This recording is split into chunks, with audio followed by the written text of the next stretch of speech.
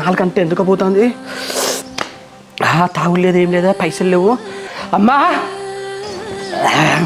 ఏంట్రా కొడుక? అవ్వా నా దగ్గర ఉన్న పైసలు తీసుకున్నారా? మీకు పింఛన్ పైసలు పట్టాడు కానీ ఆ 2000 తీసుకురాపో. ఎక్కడైనా కొడుక 2000 పింఛను పడ్డ వదల దుకాణంలో 1000 కట్టినా 1000 రూపాయల మందులు తెచ్చుకున్నా. ఇక అది పోయి ఇది పోయి నా పింఛను మీద పడ్డదా నీ మనసు అంతా? అయ్యో మరి ఎట్లా అమ్మా, నీ అవ్వ నా ఉన్న పైసలు ఏమో కరెంటు కొట్టిళ్ళు, ఇప్పుడు పైసలు లేవు. నాలుకంతా మొత్తం ఇగ్గుకపోతుంది, నాకు అంత పిచ్చిలు ఎత్తాంది. ఎందుకురా కొడుక? తాగుడు తాగుడు తాగుడు అంటారు. తాగి తాగి తాగి ఉన్న పైసలన్నీ కూడా చేసినావు. సపరేక బుక్కెడ్ అంతా దివి సపరేక బాండు.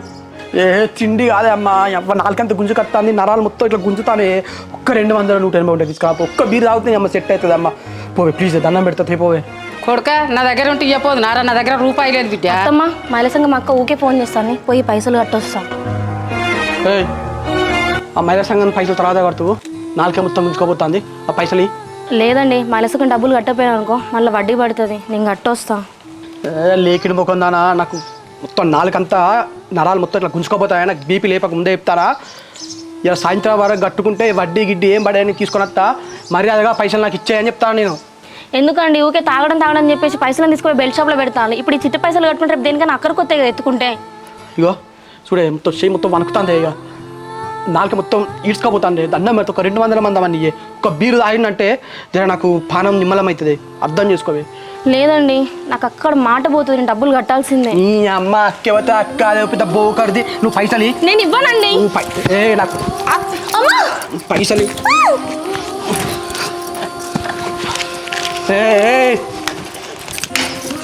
ప్రజాతగా చెప్తానా, నాకు బీపీ పెంచకే పైసలు ఇయ్యని చెప్తానా నేను. చూడత్తమ్మా ఆయన ఎట్లా వేస్తాడు, కనీసం మీ చిట్టి పైసలు కూడా ఇడిచిపెడతాడు అత్తమ్మా. ఏంద్ర కొడుక ఇట్లా తయారైనావు? నీ దండం పెడతాను, నువ్వు తాగుడు బంద్ చేయరా. అమ్మా పిచ్చి ఎత్తంది.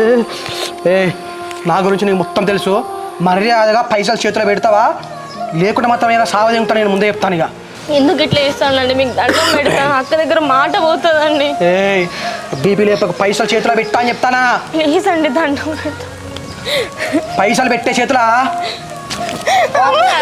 పైసలు పైసలు చేతిలో పెట్టి నీ అమ్మ మళ్ళా ఏమనుకుంటాలే నాకు అర్థం కాదు.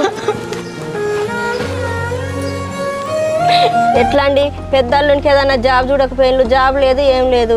ఏం జాబ్ చూస్తామే, ఇవాళ 2-3 జాబులు చూస్తావి. ఆఫీసులో పోవట్టే తాగిపోవట్టే, ఎప్పుడు ఉంచుకుంటాడు ఈ రోజులలో చెప్పు. అప్పుడు ఉన్నట్టే ఇప్పుడు ఉంటాడు, ఆ సంవత్సరం నుండి ఖాళీగా ఉంటాడు, ఏదో ఒకటి చూడరాదు. ఏమో ఏం మాట్లాడు ఏమో, నాకైతే అర్థం అయితే లేదు. ఇప్పుడు 2-3 సార్లు జాబ్ చేసినందుకే నా ఇద్దరు పోతుంది ఆఫీసులో కానపోతే. ఏమో ఎప్పటికి నువ్వు ఇట్నే అంటావు. పెద్దోడా నీకు ఏమన్నా తెలిసింది ఉంటే ఏమన్నా పెట్టియరాదు బిడ్డ జాబు. బా మంచిగా చెప్పినావు అన్నమాట. ఇక నాన్న పెట్టితే నాన్న జాబ్ సరిపోక నా ఇద్దరు కూడా పోవాలని ఆయన జాబ్ పెట్టితే జాబ్ అయితే నమ్మకం అయితే నాకు లేదే. బావ గురించి ఏమో పక్కకు పెట్టినానా, మన చెల్లె గురించి అయినా ఆలోచించాలి కదా. ఏం ఆలోచించాలి చెప్పామా? ప్రతి నెల 10,000 20,000 పంపిస్తాను, పంపించడానికి రోజులు తినుకుంటా తాకుండా తిరుగుతూనే ఉన్నాడు. ఇట్లా మనం పంపించుకుంటాను ఏ జాబ్ చేయడమ్మా? ఇక పెద్దోడా ఆ పైసలు మనం మన చెల్లె కోసం పంపుతాను నాన్న, అవి లెక్కలు వేసుకుంటుంటే ఎట్లా? ఏమమ్మా ఆ పెద్ద టాపిక్ నాకు తీయకూర్రి, మీరు ఏమైనా చేసుకోరు. ఇక ఏంద్రా అన్న ఇట్లా మాట్లాడుతున్నావు, నువ్వు ఇట్లా అంటున్నావు, నాన్న అట్లా అంటున్నావు, మరి అక్కడ అక్క గురించి ఎవరు ఆలోచిస్తారు? ఏందే చెల్లె నువ్వు నన్నే అంటాను, నేను అద్దంటాను నానే కదా పెళ్లి సంబంధం చూసి చేసింది.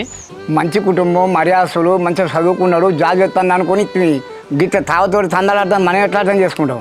ఏమో నాన్న మొత్తానికి అయితే మనం చేయబట్టే చెల్లె బాధపడుతుంది. ఇక అదే ఇప్పుడు మనం పెద్దోళ్ళకి ఏమైనా తక్కువ చేసినాం ఆ బిడ్డ, అనుకున్నట్టు కట్నం ఇచ్చిమి, అన్ని పెడితే జాబ్ కూడా పెట్టించిమి, మంచిగా బాగుపడమని చెప్పాలి. ఇంకేం చెప్తాను నాకు అర్థం కాదు. అవన్నీ మంచిగా పెట్టినావు, అన్ని మంచిగానే ఉన్నాయి, కానీ ఇప్పుడు ఆయనకి ఏమన్నా జాబ్ చూసి మారేటట్టు ఆలోచించండి.